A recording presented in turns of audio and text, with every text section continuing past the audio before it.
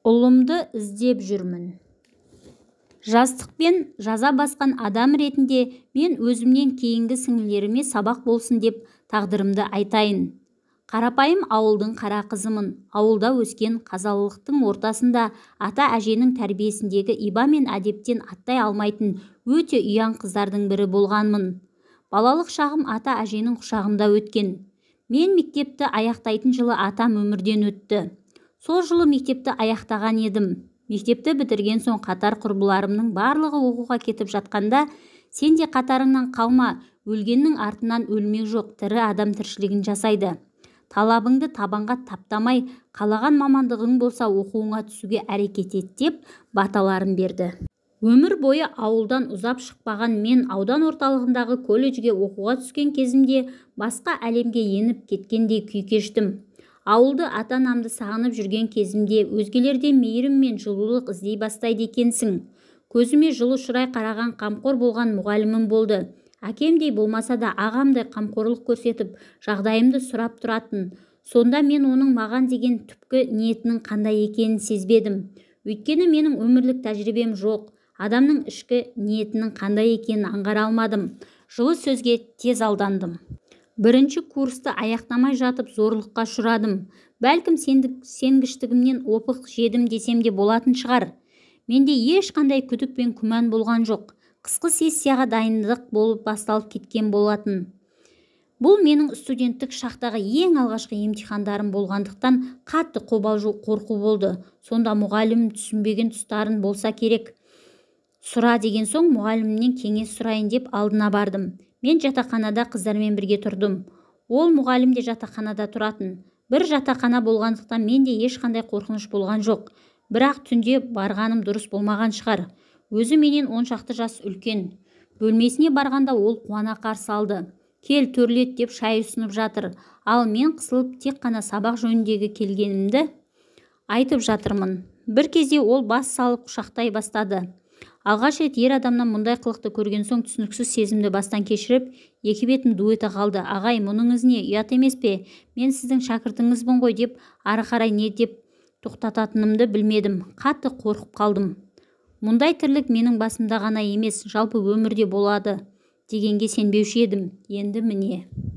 Ол оңбаған ұстаз деген аттан садаға кетсін деймін. Шаруасын бітіріп түк болмағандай студенттерге сабақ беріп жүрді. Ал мені бетім шыдамады сабаққа баруға. Бірақ ауырып жатырмын деп қашанғы сылтау айтуға болады. Ұят өртеп барады. Өз-өзімнен жиркендім. Тіпті өз-өзіме қол жұмсамақта болдым. Бірақ мен қиналсам да сабаққа бардым. Өйткені менің арманым оқу мамандық алу еді ғой.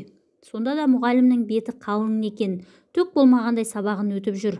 Ал мен зорлық көргеннен кейін өзімді жоғалтып алдым. Бір күні қатты ауырдым, сабақта едім, басым қатты ауырды. Мазам болмай тұр, колледждегі медбикеге көрінуге сұрандым. Есіктен шыға сала жүрегім айнып лоқсып жібердім. Медбике маған алғашқы көмек жасады. Содан кейін мені сұрақтың астына алып гинеколог маманына жұмсады.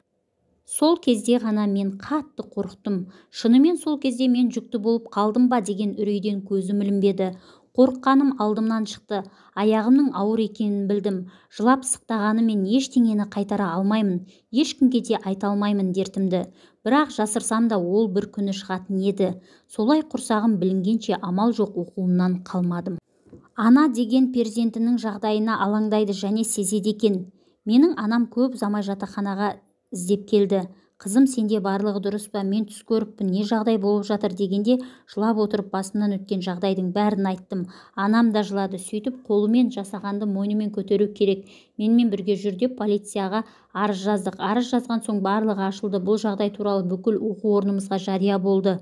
Содан кейін істі сотқа жеткізбеу үшін екі тарап келісімге келіп, мұғалімім маған үйленетін болды. Бірақ ол тек қана сотталып кетпеу үшін ғана, өзінің қарақан басын ғана ойлап мені үйіне апарды. Үйіне келін етіп түсірген жоқ. Тек қана апарды, қамауда ұстады. Олай дейтінім беташар болған жоқ, некеміз қиылған жоқ. Екеуміздің үйленгеніміз туралы ауыл аймақтың хабары болмады. Тек қана осы үйге келген қонақ ретінде ғана жүрген адамның кейпінде болдым. Солай 2 апта ғана тұрдым да кейін бұлай өмір сүре алмайтынымды білдім.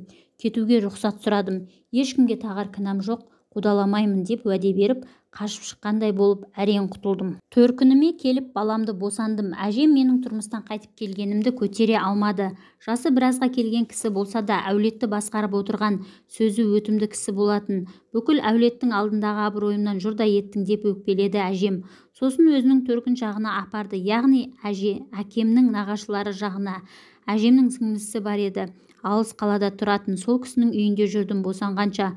Сол жақта жүріп босанып баламды қолыма алдым. Перзентханадан үйге шықтық. Мен босанған соң әжем мен анам келді қасыма. Сонда баламды алып басқа бір отбасыға беріп жіберген екен. Жанымда балам ұйықтап жатқан еді. Ұйқымнан оянсам балам жоқ.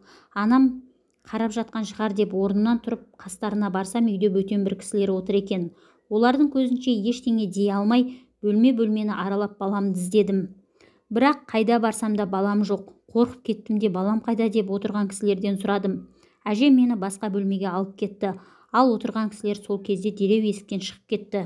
Баламның туылғанына небәрі 5 күн болған кезде 5 күндік баланы әлгі кісілердің қолына ұстатып жібере салыпты. Оны әжем айтты. Қызым, сен әлі жассың, өмірің алдыңда, бала бағатындай жағдайда емессің. Сондықтан да осы кісілерге уақытша қарауға беріп жібердім. Ал сен оқуыңды жалғастырып, ары қарай өз өміріңді сүр. Тұрмысқа шықсаң да бала саған қолбайлау болады. Баламен сені ешкім қабылдамайды ғой. Ал мынау отбасы біраз жылдан бері баласыз екен. Сауабына қаласың ғой. Ең дұрыс шешім осы болар қызым. Сен мұңайма, өмірің енді ғана басталып жатыр деп мені жұбатты. Әжемнің шегелеп айтқан сөзінен аттап кете алмадым. Мен күйзеліске түстім. Мұны үйдегілер көрмей қалды, байқамады деп айта алмаймын. Менің осылай қиналып жүргенімді көрген әжем үмітін үзсін деген шығар. Бір күні жанына шақырып алып, қызым, балаңды ұмыт, ол кісілер алып кеткеннен кейін көп ұзамай-ақ шетінепті деді. Жүрегім қарс айырылып тұрса да көндігуге тура келген соң амалсыздан басымды шұлғып көнбеске амалым қалмады. Содан бері қаншама жыл өтті. Мен өз-өзіме келіп жұмысқа араластым.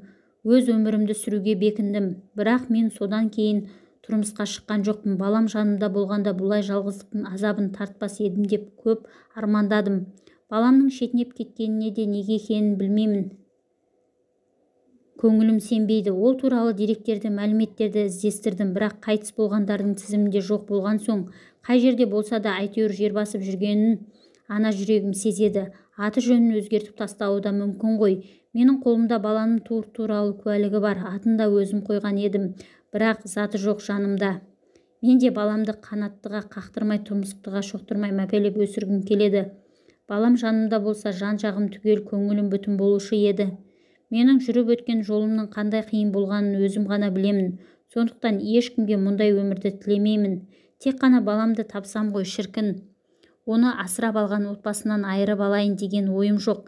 Тек қана бір көріп мауқымды басып, сағынғанда барып көріп тұруыма кедергі болмаса болғаны.